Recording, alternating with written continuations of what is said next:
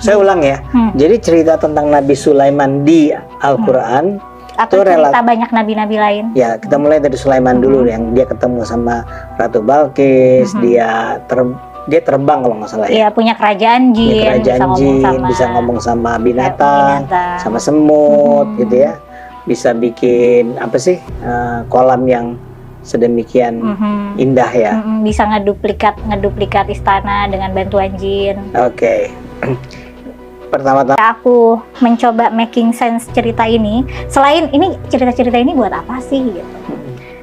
Udah gitu, secara lini masa sejarah itu, arkeolog dan sejarawan banyak memutuskan bahwa figur-figur nabi di kitab suci, di Quran dan Perjanjian Lama deh, kan yang banyak kemiripan tuh Perjanjian Lama dan Al-Quran, itu adalah figur-figur ahistoris gitu. Dan ahistoris itu tidak berdasarkan sejarah gitu. Betul. Dan dilemanya lagi, ketika Nabi menyampaikan kisah-kisah ini, kan orang-orang kafir nggak percaya dong, itu mah kisah-kisah orang zaman dulu, itu mah cerita orang zaman dulu gitu. Nah, tapi ada firman lagi yang bilang ini kisah nyata. Jadi orang Muslim idealnya mempercayai itu sebagai kisah nyata gitu. Karena kan bukan cuma kisah nabi-nabi ya, kayak misalnya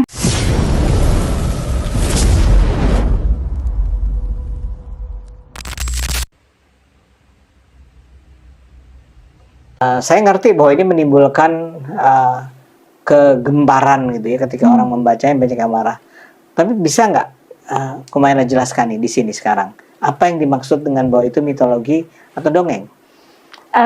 Sebenarnya pertama-tama itu bukan kata aku sebagai ide baru aku gitu ya. Jadi di Quran itu kan banyak kisah-kisah Nabi, termasuk ada yang kisah bukan kisah Nabi gitu, kayak misalnya kisah Ashabul Kahfi, atau kisah itu loh 7 pemuda yang ketiduran 300 tahun di gua. Terus ada kisah Dzulkarnain yang sama Ya'juj Ma'juj. Ada kisah Zulkarnain the Great. Katanya itu Alexander the Great. Tapi di Quran sudah Zulkarnain namanya. Ada kisah-kisah gitu, dan aku kan ingin menempatkan kisah-kisah ini pada timeline sejarah kan ceritanya. Dalam upaya aku memahami Al-Quran, aku ingin menempatkan kisah-kisah ini dalam lini masa sejarah. Ini tuh tempatnya di mana dan konteksnya di mana. Tapi dalam upaya aku mencarinya, semakin aku mencari,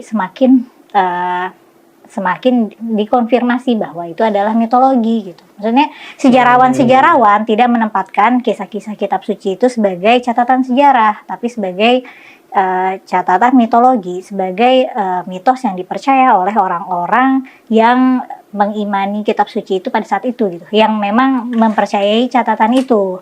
Dan itu juga jadi polemik di kalangan mufasir Quran. Karena mereka jadi membuat, misalnya ada kisah Nabi Sulaiman ketemu Ratu Saba, ketemu Bilqis. Kan kisah-kisah di Quran kan relatif singkat ya. Mengingat Quran juga cuma 600 halaman. Terus nantinya mufasir ini akan mengambil extended versionnya dari catatan Israiliyat, dari kayak cerita legendanya Bani Israel. Saya ulang ya. Jadi cerita tentang Nabi Sulaiman di Al-Quran atau cerita banyak nabi-nabi lain. Ya, kita mulai dari Sulaiman dulu, yang dia ketemu sama Ratu Balkis, dia terbang kalau nggak salah ya. Iya, punya kerajaan jin, bisa ngomong sama binatang, sama semut gitu ya. Bisa bikin apa sih, kolam yang sedemikian indah ya. Bisa ngeduplikat istana dengan bantuan jin. Oke. Pertama-tama itu munculnya di Quran sebetulnya sedikit. Ceritanya relatif singkat. Cerita-cerita di Quran tuh relatif singkat. Mungkin yang ceritanya panjang-panjang tuh cerita Nabi Musa sih. Oke, nanti Sulaiman dulu nih ya, supaya abis ini kita ke Musa. Sulaiman yang muncul di Al-Qurannya sedikit. Kemudian kamu bilang itu ada extended versionnya. Itu adalah kisah-kisah Israiliyat. Termasuk kisahnya siapa? Misalnya Nabi Yusuf dan Zulaiha. Nanti dulu, Nabi Sulaiman dulu. Dari cerita Nabi Sulaiman yang ada di dalam Al-Quran, itu mana yang kita tahu sekarang ini yang sebetulnya datangnya dari Israiliyat? Cerita detail-detailnya sih. Kalau Such as secara apa itu? secara alur gambaran besar ada di Quran. Cuman misalnya bagaimana kemudian mereka jatuh cinta dan membangun hidup bersama itu Israeliat. Oh, sama si Ratu Balkis itu. Mm-mm. Itu nggak ada di Quran. Itu nggak ada di Quran. Oke. Cuman ada ceritanya Ratu Balkis menyerahkan diri ke Nabi Sulaiman dan menerima Allah lah itu. Oke, itu ada di dalam Al-Quran. Oke, jadi untuk bisa tahu cerita lengkapnya jangan cuma baca Al-Quran dong. Jadinya baca catatan legenda Bani Israel. Oke. Dan itu juga terjadi di Nah, sekarang boleh cerita yang lain lagi. jadi itu juga yang terjadi di cerita-cerita Nabi lain, termasuk Nabi Yusuf dan Zulaiha itu. Gimana tuh? Itu kan ceritanya skandal kerajaan ya, di mana ratu Mesir ini menginginkan Nabi Yusuf. Habis itu ada kisah cintanya. Nanti akhirnya mereka bersama ceritanya. Atau apa ya? Kalau dalam Al-Quran, Yusuf itu menolak ya. Yusuf itu menolak ya. Yusuf itu menolak, tapi kemudian si ratu ini membalas Iya, membalas kenyinyiran iya, benar. para perempuan lainnya. Ibu-ibu yang ngegosip ini dikasih lihat tuh seganteng itu loh gitu. Iya. Saking gantengnya itu sampai si ibu-ibu ini ketika dia memotong buah atau apa, dia lupa sehingga dia melukai diri mereka. Nah, extended version ya pada akhirnya Kalau itu ada di Quran. Itu iya, kalau itu ada sampai bagian ibu-ibu yang tukang gosip ini dipermalukan dan motong tangan sendiri karena terpesona sama pesonanya Nabi Yusuf. Nah, extended versionnya Nabi Yusuf akhirnya akhirnya menerima cintanya Zulaiha. Nah, itu extended. Happy end ya. Atau misalnya dan ini lagi-lagi dari kisah Israeliat. Saduran panjangnya dari sana. Yang mana cerita rakyat Israeliat ini nggak bisa kita verifikasi juga ya. Itu cuma cerita rakyat yang ya nggak tahu siapa yang ngarang, nggak tahu siapa yang nulis, tapi orang-orang di sana tahu, familiar sama kisah itu. Nah, artinya si extended versionnya digunakan ya? Nah, itu akhirnya jadi dilematis. Para mufasir berbeda pendapat apakah ini boleh digunakan, mengingat yang Israelnya ya. Mengingat catatan cerita rakyat ini adalah cerita yang tidak bisa dipertanggungjawabkan kebenarannya. Sementara itu Al-Quran itu kan katanya Qasasul Haq. Iya, ini kan kisah Quran mengklaim bahwa kisah-kisah ini adalah kisah-kisah nyata gitu. Ya, tapi pada prakteknya ada mufasir yang menggunakan itu, ada yang tidak gitu. Ada yang tetap pada prinsipnya untuk tidak menggunakan. Terus kisah Nabi Ayub yang sakit gitu, itu juga kan ada plot hole-nya tuh. Jadi Nabi Ayub tuh marah sama istrinya, terus istrinya dipukul. Nah, kenapa istrinya dipukul? Apa kesalahan istrinya? Itu juga dari catatan Israeliat gitu. Ada Nabi Ayub nih yang orang tuanya siapa ya? Nabi Ayub itu yang sakit lama, yang sakit kulit dan yang itu. Tapi dia punya keturunan yang nabi juga kan? Nabi-nabi itu keturunan nabi-nabi. Kalau dari misalnya, Nabi Ayub, Pak. semua nabi-nabi itu relatif keturunan nabi ya. Kan kebanyakan orang Yahudi ya, kebanyakan dari Bani Israel. Nah, dia pernah marah sama istrinya. Tapi kalau di Quran nggak terlalu jelas nih marahnya kenapa gitu. Nah, kita bisa tahu alasan marahnya, dan itu juga ada beberapa versi ya kenapa marahnya. Ada yang bilang karena istrinya Nabi Ayub ngejual rambutnya untuk roti gitu. Ada yang bilang karena istrinya Nabi Ayub berdoa pada Allah, menunjukkan ketidaksabarannya dengan berdoa, ini cepetan dong sembuhin gitu. Ada juga karena katanya dia gosip ke tetangga, mengeluh ke tetangga gitu tentang masalah rumah tangganya, atau ngomong kasar ke Nabi Ayub. Nah, itu ada beberapa versi. Jadi dalam upaya aku mencoba making sense cerita ini, selain ini cerita-cerita ini buat apa sih gitu, aku mendapati tidak ada konfirmasi yang benar-benar bisa dipertanggungjawabkan. Udah gitu secara lini masa sejarah gitu, arkeolog dan sejarawan banyak memutuskan bahwa figur-figur nabi di kitab suci, di Quran dan Perjanjian Lama deh, kan yang banyak kemiripan tuh Perjanjian Lama dan Al-Quran, itu adalah figur-figur ahistoris gitu. Dan Ahistoris itu ahistoris itu tidak berdasarkan sejarah gitu. Betul. Para sejarawan dan arkeolog akhirnya memutuskan itu adalah mitologi, dan figur-figurnya tuh ahistoris gitu. Ya, figurnya tuh legenda gitu, bukan orang beneran yang hidup. Udah gitu kan, selain itu banyak peristiwa-peristiwa dalam kisah Nabi itu memang sulit atau tidak bisa dikategorikan sebagai fakta ya. Kayak misalnya ngebelah laut, atau yang berbau mukjizat gitulah. Nah, terus di Quran juga ini sih, ada cerita beberapa nabi yang, bukan cerita, banyak nabi yang sebenarnya secara arc cerita tuh sangat mirip gitu. Jadi nabi ini diutus ke umat yang tersesat, yang jauh dari Allah. Nabi ini dikasih wahyu, disuruh ngajak umatnya supaya kembali pada Allah. Udah gitu dakwahnya nggak laku, pengikutnya sedikit. Dan Nabi minta Allah untuk nurunin azab. Terus terjadilah azab, terjadilah bencana gitu. Ya, cerita Nabi yang jalan ceritanya seperti itu tuh banyak. Kayak ya Nabi Nuh, Nabi Hud, Nabi Lut, Syuaib, Nabi Soleh, ceritanya begitu, berakhir azab. Itu artinya apa? Kali memang ceritanya berulang. Iya, bisa jadi, tapi bisa jadi juga yang punya ceritanya, yang ngide ceritanya sampling cerita gitu loh. Jadi kayak semakin kalau buatku sebagai pembaca, aku jadi semakin melihat ini, ya bisa jadi itu memang karakter Tuhan pada masa itu gitu, karakter Nabi dan Tuhan pada masa itu, atau ya penulisnya pada masa yang sama gitu. Orang-orang percaya cerita kayak gitu. Penulisnya pada masa yang sama artinya apa itu? Mitologi gitu ya, mitologi atau mitos itu kan biasanya terbentuk dari budaya dan kepercayaan setempat gitu. Oh ya, kalau itu iya.